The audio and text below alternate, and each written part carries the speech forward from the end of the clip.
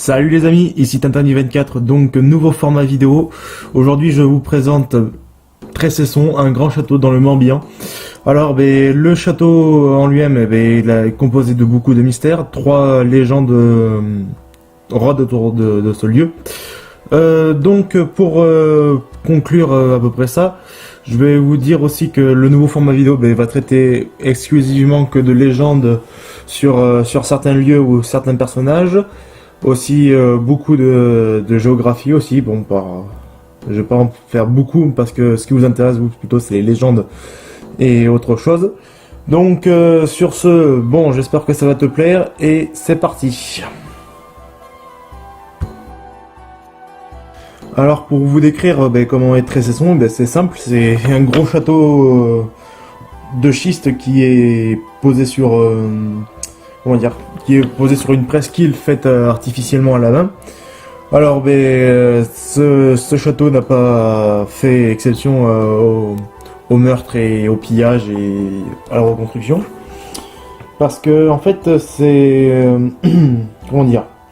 logé au pied des crêtes de Coëquidan de la butte de Tiote au nord de Copenhague. Il s'occupe de l'emplacement d'une demeure de seigneur de Plorémède et Capenac dont l'existence attesterait, ça veut dire qui date à peu près du 8e siècle.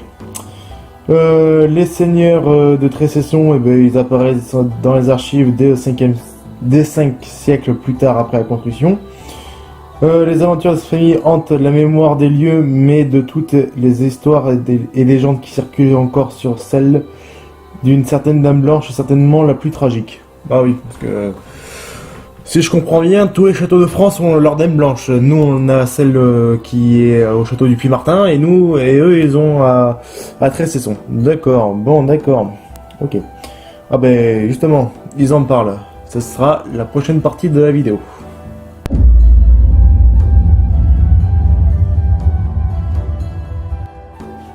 Alors voyez-vous, en Bretagne, il y a différents esprits de Dame Blanche.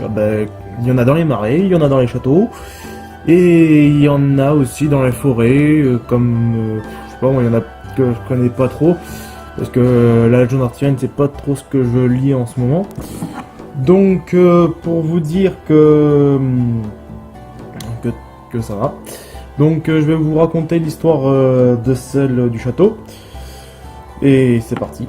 Alors, voyons voir ce que ça dit.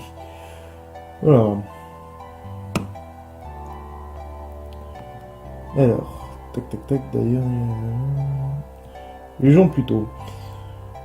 Au XVIIIe siècle, un braconnier, embusqué sur les terres du château de Trécesson, voit venir dans sa direction un carrosse attelé de 4 chevaux noirs. Pardon, si vous entendez cheveux, c'est normal. Éclairé dans la nuit sombre par plusieurs domestiques tenant des torches allumées. Craignant d'être découvert, notre homme grimpe dans un hêtre, d'où il assiste à une scène effroyable. Les domestiques armés de pioches et de bêches s'arrêtent au pied de l'arbre pour y creuser une fosse. Bientôt, 2 gentilshommes très élégants sortent de la voiture en tirant sans ménagement une jeune femme richement parée vêtue d'une robe de soie blanche. La tête couronnée de fleurs, une mariée à n'en pas douter. Elle se débat, supplie. Mes frères, mes amis, je vous en supplie, ne me faites pas de mal. Vos frères, non madame, non, nous ne le sommes plus. Vous avez cessé d'appartenir à une famille que vous déshonorez. Sur l'infortuné jeté dans la fosse et promptement recouvert de terre. Tandis que le cortège de gures s'éloigne à grand trot, le braconnier affolé s'enfuit et rentre chez lui, confie à sa femme le crime dont il vient d'être témoin. Et puis tous deux repartent en hâte par prévenir le châtelain. La victime exhumée à l'aube, le seigneur de Trécesson n'a que le temps de recueillir son dernier souffle. Le seigneur de Trécesson, il la fera inhumer dans le cimetière du château. Donc, c'est gai comme histoire, franchement, les gens, parce que nous, celle qu'on a au Puy-Martin, elle s'est fait emmurer vivante parce qu'elle a été trompée. Celle-là, je ne sais pas comment elle a pu finir enterrée vivante, parce que je me pose des questions des fois. Donc voilà. Donc ensuite, on va passer aux autres et après, on attaquera la suite. Et là, mes amis, attendez, je viens de trouver la suite. Un crime parfait, c'est le titre de la rubrique où j'ai trouvé. Pendant longtemps, Monsieur de Trécesson chercha à découvrir l'identité de la jeune femme, et celle de ses assassins. Toutes ces démarches demeurent pas bonnes, parce que faut voir que à l'époque où ça s'est passé, il en avait un peu rien à battre. Le voile et la couronne de la mariée resteront exposés dans la chapelle seigneuriale à la vue de tous, jusqu'à la Révolution. On rapporte que les jeunes femmes des environs venaient le toucher pour trouver un mari. Oh, eh ben putain, c'est pas avec ça qu'elles auraient trouvé quelqu'un. L'énigme de la jeune épousée sauvagement assassinée devient légende. D'ailleurs, le spectre d'une jeune femme, en robe de mariée, gémirait encore aux abords du château les nuits de pleine lune.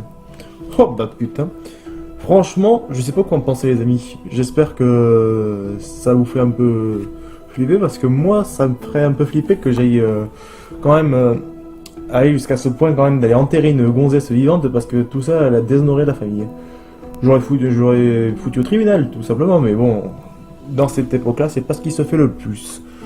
Donc on va passer à la suite.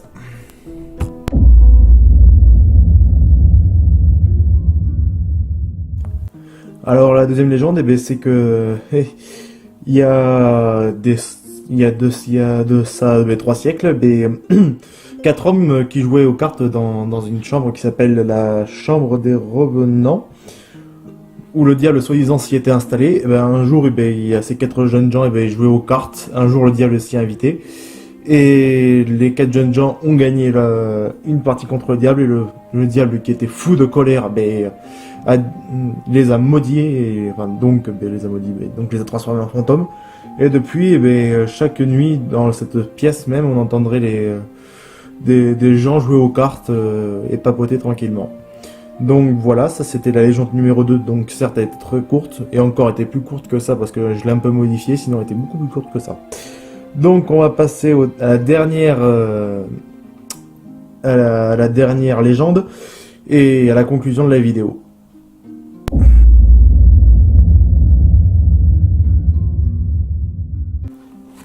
Alors, comme vous avez pu le voir, on va parler parfum maintenant. Alors, c'est dans une chambre bien spécifique au château, donc je sais pas comment elle s'appelle. Alors, soi-disant, toutes les femmes de Trécesson qui sont rentrées dans cette chambre, elles ont toujours voulu se parfumer, se coucouner, bref, c'était leur salle de bain ou leur salle de parfum préférée, quoi, on va dire ça comme ça. Et maintenant, à chaque fois qu'il y a des abeilles qui rentrent attirées par l'odeur du parfum, bon, on sait pas comment, on les retrouve mortes sur les murs, carrément. Et c'est assez impressionnant, on dirait des essaims, mais d'abeilles mortes.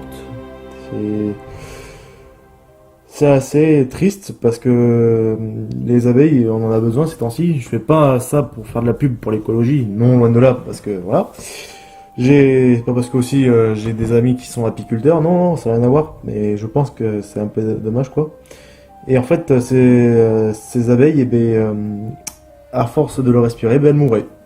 Tout simplement. Bon, c'était la dernière légende. Maintenant, on passe à la conclusion et à la fin de la vidéo.